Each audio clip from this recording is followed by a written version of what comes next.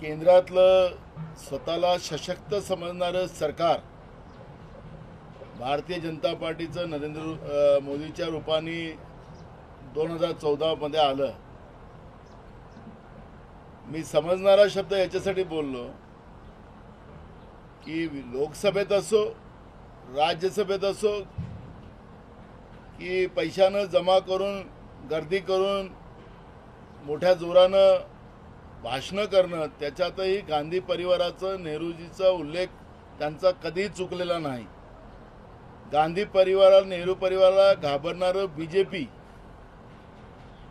आज काँग्रेस पुन्हा ताकदीनं देशभरात उभी व्हायला लागली आणि आमच्या सक्तीस्थळावर आमच्या नेत्या सोनियाजी गांधी, आमचे नेते राहुल गांधी यांना जे प्रकरण 2015 मध्ये संपलेलं होतं त्या प्रकरणाला पुन्हा पुढे आणून त्याच्यात मनी लॉन्ड्रिंगचा कुठलाही त्याच्यामध्ये समावेश नाही आणि ही पॉलिटिकल कारवाई ईडीच्या माध्यमातून काँग्रेसच्या वतीनं सातत्यानं सांगण्यात येत होतं की केंद्रीय तपास यंत्रणेचा दुरुपयोग नरेंद्र मोदीचं भाजपचं सरकार सातत्यानं करते आहे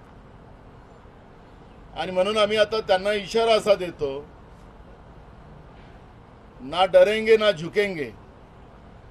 आमच्या नेत्यांच्या बद्दल या पद्धतीची भूमिका द्वेषपूर्ण आणि राजकीय दृष्टिकोनातून घेत असतील तर देशामध्ये भारतीय जनता पार्टीच्या केंद्रातल्या कितीही आपल्याला स्वतःला शक्तिशाली समजणाऱ्या नरेंद्र मोदीच्या सरकारला सडो की पळो करू. उद्याच या पद्धतीचा एक निर्णय आम्ही घेऊ. उद्या आमची जाहीर सभा आहे संध्याकाळी, त्याच्यामध्ये या सगळ्या बद्दलची आम्ही भूमिका जनतेसमोर मांडणार आहोत. पण या पद्धतीचं राजकीय द्वेष हे देशामध्ये देशपूर्ण राजकारण करण्याची जी पद्धत भारतीय जनता पार्टीने या देशात आणली त्याला त्यांची जागा दाखवल्याशिवाय आता आम्ही काँग्रेसचे कार्यकर्ते शांत बसणार नाही.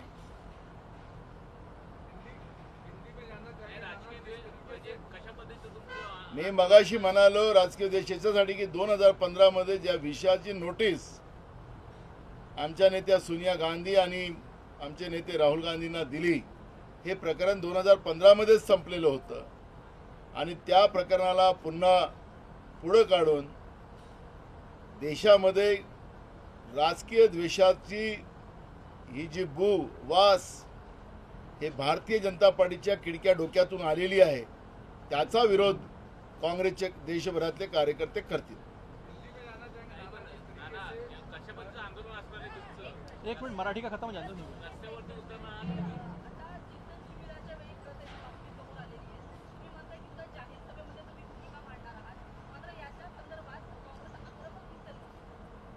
आज पूर्ण देशामध्ये जसं महाराष्ट्रामध्ये नवसंकल्प शिबिर चालू आहे 2 दिवसाचं, तसं देशातल्या विविध राज्यात आजच सुरू आहे आणि या नवसंकल्पाच्या माध्यमातून देशभरामध्ये काँग्रेसने जो निर्णय घेतलेला आहे उदयपूरमध्ये आमच्या नेत्या सोनियाजी गांधीच्या आदेशाप्रमाणे सगळ्या देशामध्ये काँग्रेस कामाला लागलेली आहे.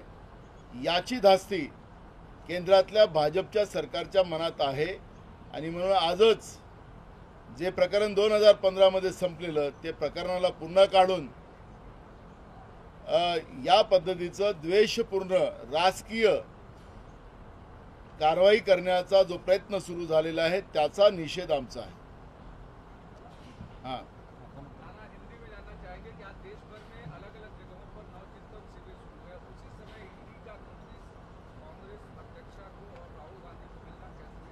आपने देखा होगा कि 2014 में बहुमत की सशक्त समझने वाली सरकार अपने आप को ये देश के गद्दी में बीजेपी के रूप में नरेंद्र मोदी वहां बैठे, लेकिन उस दिन से आज तक वो गांधी परिवार और नेहरू परिवार के बारे में वो कोई भी बात हो तो उनके बारे में गलत बात बात बताना वही उनका मकसद रहा है।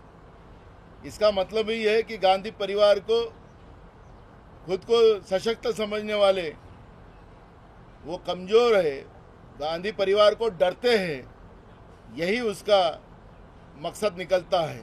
उनका कोई भी भाषण हो जहां गांधी परिवार का और नेहरू जी का उल्लेख ना हो, उनके बारे में गलत बातें न बताया हो, फिर राज्यसभा में हो या लोकसभा में हो, यही आज तक हम लोगों ने उनका भाषण सुना है।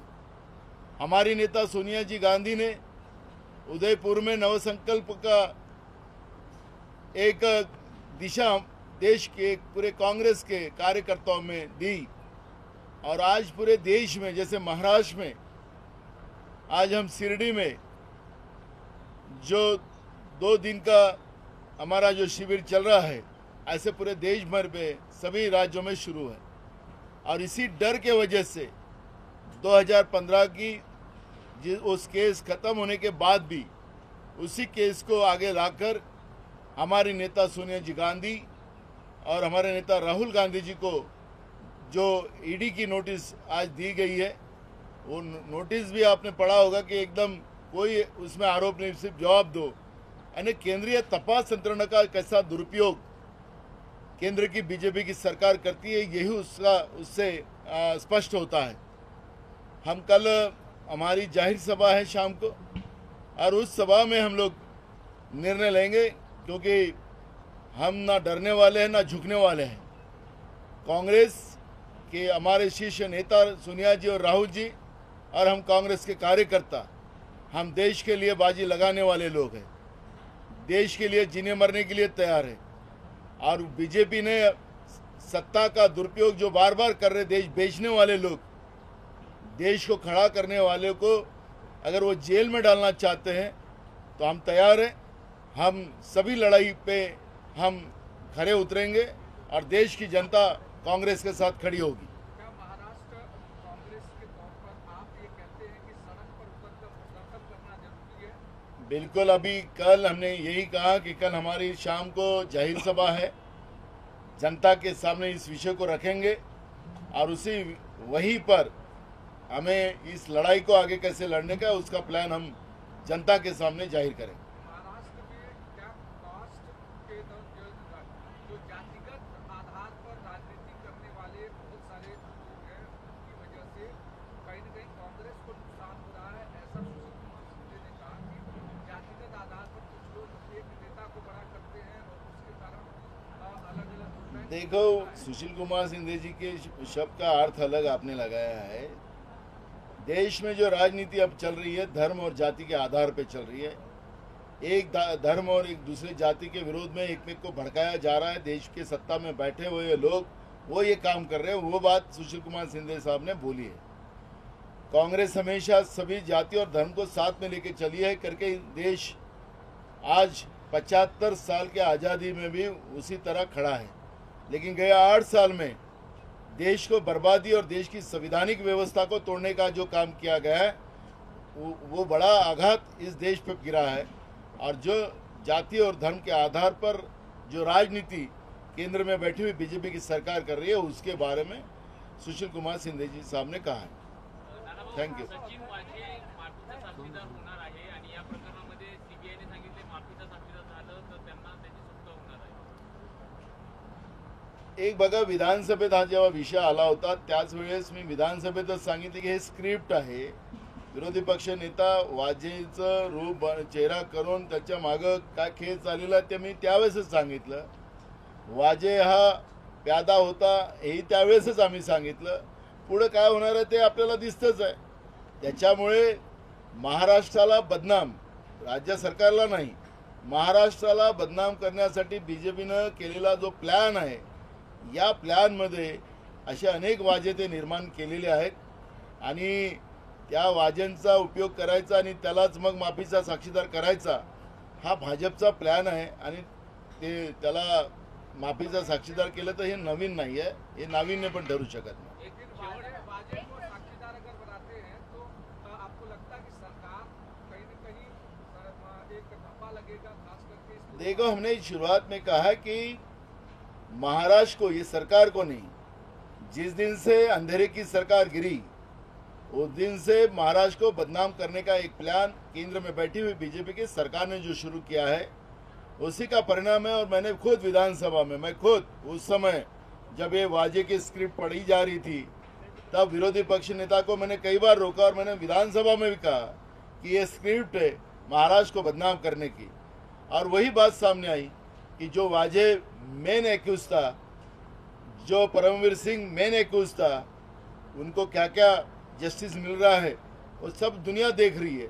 और इसलिए महाराष्ट्र को, ये सरकार को नहीं, महाराष्ट्र को बदनाम करने का जो षड्यंत्र केंद्र की बीजेपी की सरकार केंद्रीय तपास यंत्रणा के माध्यम से कर रही है, उसीलिए आज वाजे माफी का साक्षीदार बनने को तयार हुआ है। नानाभाऊ, नितेश राणे जे भाजपचे आमदार आहे त्यांनी असं म्हटलंय आहे की काँग्रेसने आता सावधगिरीने पावलं टाकली पाहिजे. काँग्रेसने बाहेरच्या उमेदवाराला जी संधी दिली आहे त्याच्यामुळे राज्यातील नेत्यांच्या मानसिकतेवर परिणाम होऊ शकतो आणि काँग्रेसच्या स्वतःची प्रकृती सुधारावी. ठीक आहे, त्यांची आत्ताची सलाह, मग पुढच्या काळात त्यांनाही आम्ही काही सल्ला देऊ, त्यावेळेस मग काय बोलायचं तर बोलू. हां, नितेश राणे जे भाजपचे आमदार आहेत त्यांनी म्हटलंय की जर देवेंद्र फडणवीस मुख्यमंत्री झाले तर मी बैलगाड्यात शर्यत भरवील आणि जो जिंकेल त्याला मर्सिडीज गाडी भेट देईल. मला त्यांच्याबद्दल काही प्रतिक्रिया द्यायची नाही, कारण की त्या प्रतिक्रिया देण्यालायक नाही. त्यांच्याबद्दल काय प्रतिक्रिया तर तुम्ही हा कोणाची बोलले ना सकाळी. मी बोललो सकाळी बोलले सकाळी ना. बोललो. पहिल्या प्रेसमध्ये बोलले ना. किती लोक तयार झाले तर ते करायला झाले, सगळे लोक तयार झाले. त्याची यादी तुम्हाला प्रवक्ता जाहीर करेल. अंदाजे कितपत असतील लोक, किती संख्या असेल? तर 43च्या जवळ. मराठ्यांची तळपती तलवार म्हणजे